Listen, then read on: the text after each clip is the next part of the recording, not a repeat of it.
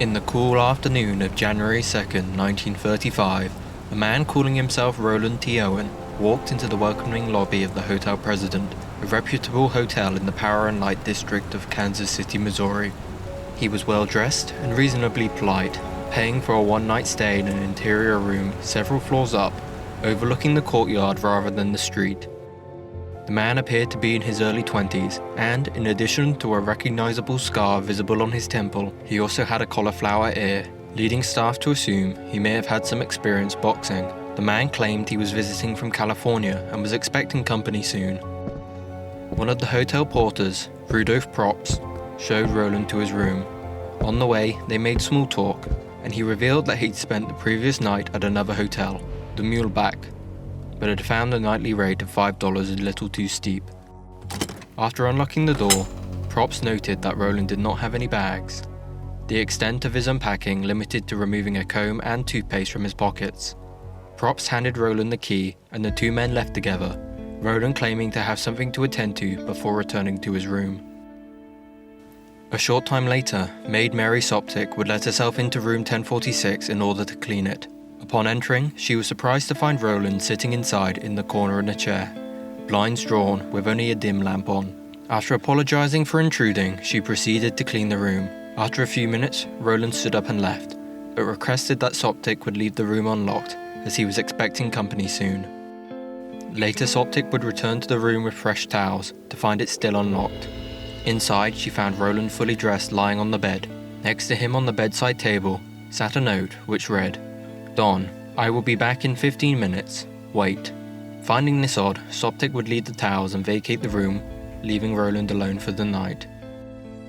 The following day, Soptic would return to the room with a new set of fresh towels at around 10:30. She found that the door was locked, leading her to believe that Roland had left the room, since they could only be locked from the exterior, a style common at the time. After a brief moment, she opened the door with her own key and was shocked to find that Roland was still sat on the bed, fully dressed in the same position as the night before. After a moment, the phone rang and Roland answered it. Soptic was only privy to one side of the conversation, hearing Roland reply, "No, Don, I don't want to eat. I am not hungry. I just had breakfast. No, I am not hungry." While still on the phone, he gestured for her to clean the room, asking her about her job and whether or not she managed the entire floor. After she had finished cleaning, she promptly left. At around 4 p.m, Soptic again would return to the room with fresh towels. Hearing a conversation between two men, she decided to knock. After a short while, she received a reply from a man, with a deep, low voice, distinct from Roland's. The man explained that they didn't need any towels or cleaning to be done. A further 2 hours later, at around 6, a woman checked into room 1048 for the night. Later, her boyfriend visited. They would both hear an argument between two men in a nearby room just after 9. Sometime after midnight, the elevator operator would take a woman to the 10th floor who was looking for room 1026. He recognized her as she was a frequent visitor to many of the male guests who stayed in the hotel, so much so that staff had assumed her to be a prostitute. A few minutes passed before the elevator was called back to the 10th floor by the same woman, who expressed confusion, apparently unable to find her client. An hour later, the elevator operator would ferry her and another unknown man to the 9th floor before taking them both back down to the lobby at separate points later in the night. Outside the hotel, at 11 p.m, Robert Lane, a local city worker driving home, would be flagged down by a man wearing only an undershirt, shoes and pants. He stopped and would take the man around the block to an area where he would be able to get a taxi. Lane noted that the man was seemingly distressed, saying he could kill someone tomorrow, while cupping his arm, which had a deep gash along the side. After dropping him off, he thanked Lane for his help. The following day, at 7 a.m, the morning switchboard operator noticed that the phone in room 1046 was off the hook. The hotel porter Probst was sent up to the room to discern if there was a problem. After knocking on the door, a voice told him to come in, despite the do not disturb sign left on the outside. After trying the handle, he found it to be locked. After knocking a second time, the same voice told him to turn on the lights. Probst tried to explain that he was unable to enter, before finally telling the man to put the phone back on the hook before leaving. Over an hour later, at 8:30 a.m, the phone had still not been hung up, so another bellboy, Harold Pike, was sent back up to room 1046. The do not disturb sign was still left on the handle, and the door remained locked. Pike, however, had a key of his own and let himself in. By the light of the hallway, he could make out Roland, naked in bed, apparently drunk, and next to him on the floor, the phone. Unsure of the situation and not wanting to wake Roland, Pike put the phone back on the hook before leaving. On his way out, he noticed some small, dark specks had dotted the sheets, but didn't think too much of it at the time.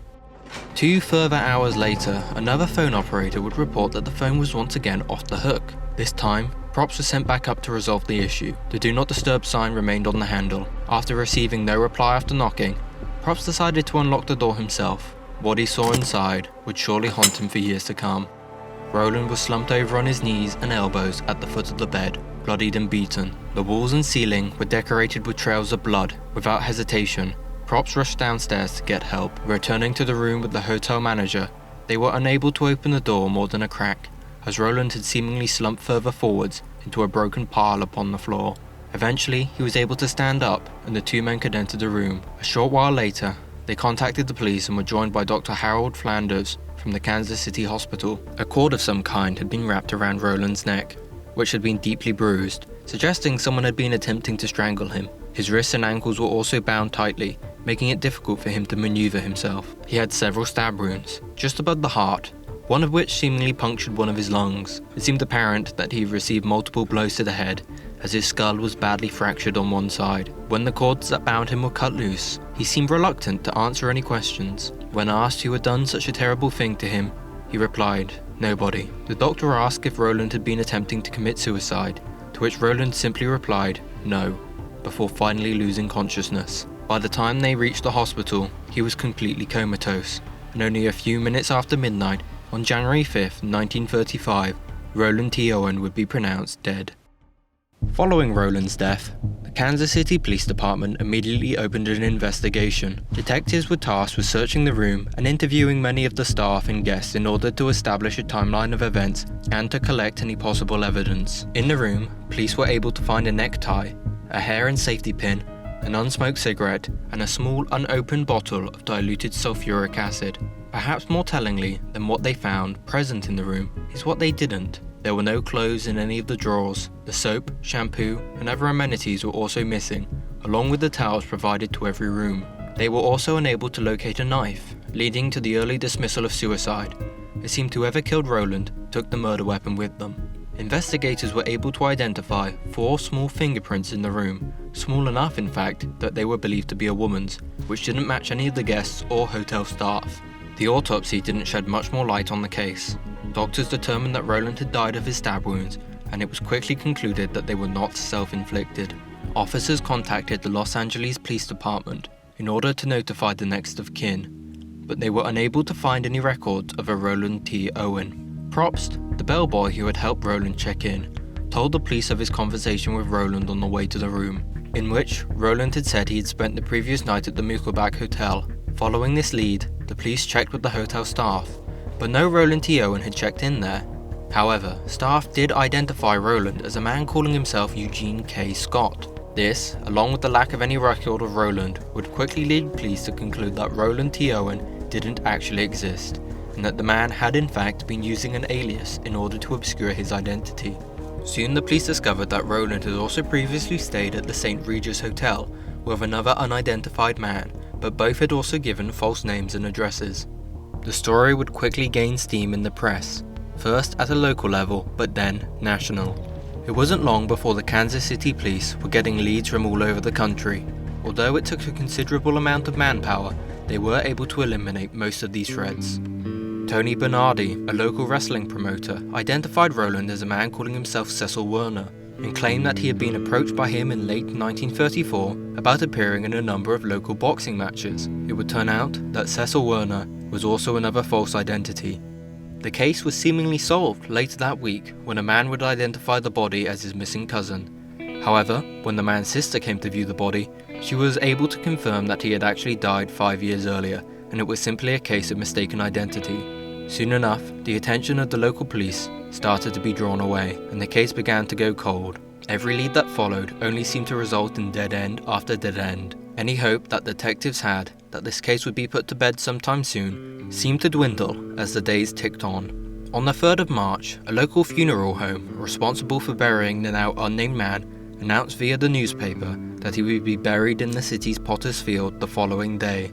Within hours, the funeral home received a call from an unknown man asking that the funeral would be delayed so that he could get the money together to pay for a proper service at Memorial Park Cemetery in Kansas so that the murdered man would be close to his sister. The funeral director advised the man that he would have to tell the police of this call. He seemed aware of this, indicating that he didn't mind. When asked by the funeral director why the man had been killed, he was surprisingly forthcoming. He claimed that Roland had been having an affair whilst engaged to marry another woman within the year. According to the unknown caller, himself and the two other women had arranged the encounter at the hotel President to enact revenge. He ended his story by saying that cheaters usually get what they deserve before hanging up the call. On March 23rd, the funeral home would receive an unmarked envelope containing $25, which was enough to cover the funeral expenses. A local florist would later receive two similar letters containing $5 each to prepare and have sent an arrangement of flowers to the grave.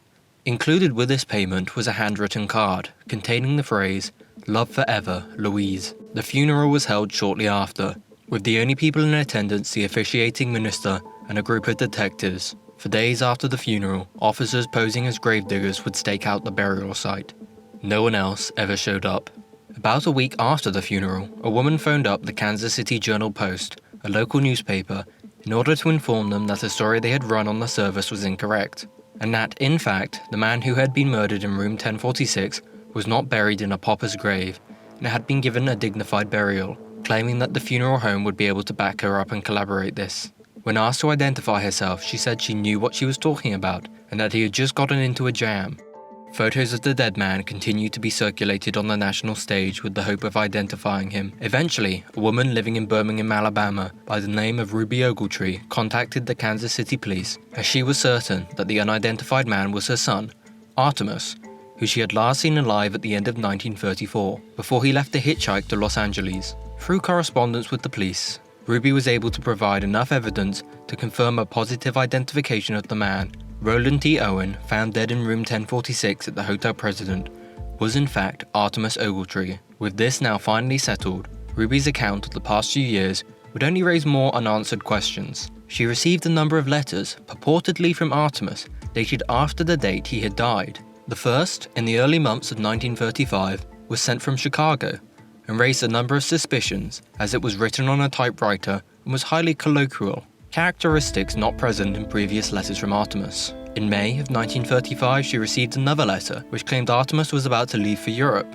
with a second note arriving soon after by special delivery, saying that his ship would be sailing later that day. Both letters were sent from New York. In August, Ruby Ogletree received a telephone call from an unknown man in Memphis, Tennessee, who claimed that Artemus had saved his life in a fight, and that Artemus was unable to call as he was now living in CAIRO, the capital of Egypt. He purported that Artemus had met a wealthy Egyptian woman and had fallen in love, moving to live with her. Ruby stayed on the phone with the man for over half an hour and recalled that he was speaking irrationally and in an odd tone. However, it was apparent to her that the caller surely did have an intimate knowledge of Artemus, describing details only someone who had spent time with him would have known. The police did their due diligence and got in contact with a number of steamship companies and the embassy in Cairo, neither of which had any records of an Artemus Ogletree. If he had in fact left the country, it was not under his own name. The Kansas City police would keep the case open, with different detectives reviewing the case every few years, all the way into the 1950s, each time noting that they would keep the case open,